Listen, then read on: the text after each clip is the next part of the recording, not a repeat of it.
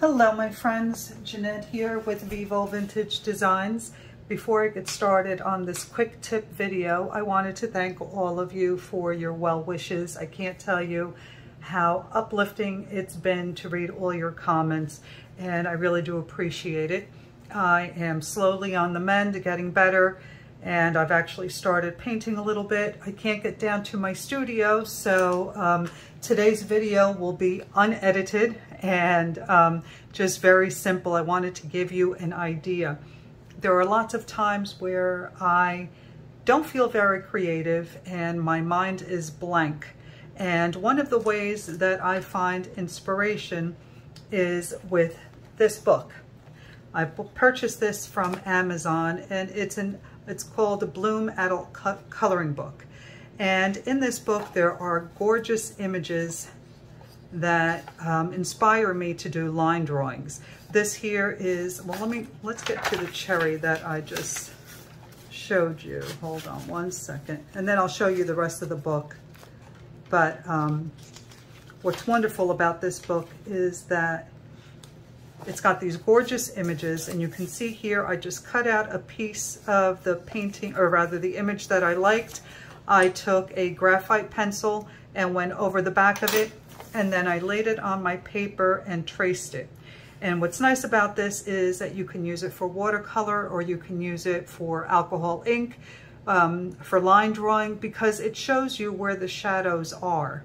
So here you can see I traced it and then I painted it with watercolor, and that was my cherries. So, and then I just stick the part that I cut out back in the page, because at some point I may want to paint the whole thing or do this again. So here is another image that I did recently. This one I'm not so crazy about the way it turned out. This is a magnolia, and I did a line drawing of it. I used a little bit of watercolor. You can see here I cut out the section that I wanted and went over the back with the graphite pencil, and then traced it onto my watercolor paper. And then I used these fine liner markers. You can use, not Posca pens.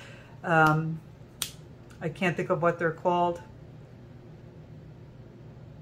Any fine liner will do. But anyway, you can just use the picture as a reference, and you can either trace the lines as you see them here or do them freehand like I did. And again, this was not my favorite. I didn't like the background, so I finished it, but I wasn't crazy about it.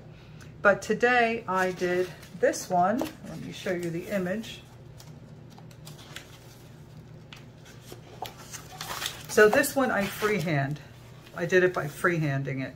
I liked this section of this image. So with a pencil, first I put a little bit of watercolor, just some shapes in the background for interest. Very simple. You can do this again with alcohol ink on photo paper.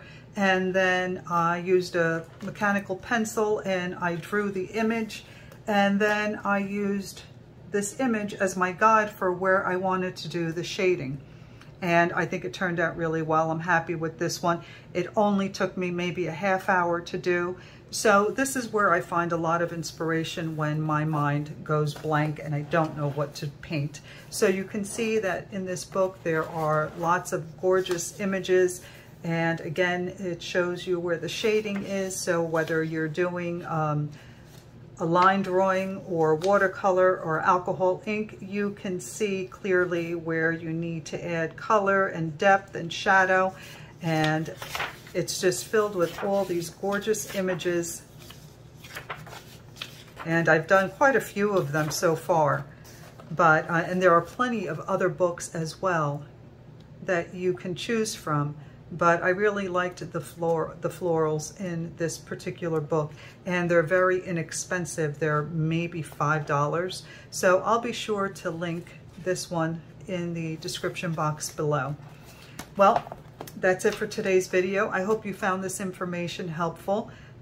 When your mind goes blank or you feel like you're in a slump, get yourself one of these coloring books and trace the images and just do a line drawing. Your mind gets lost in what you're doing, and it's very inspirational and makes you want to do more. At least that's what I find.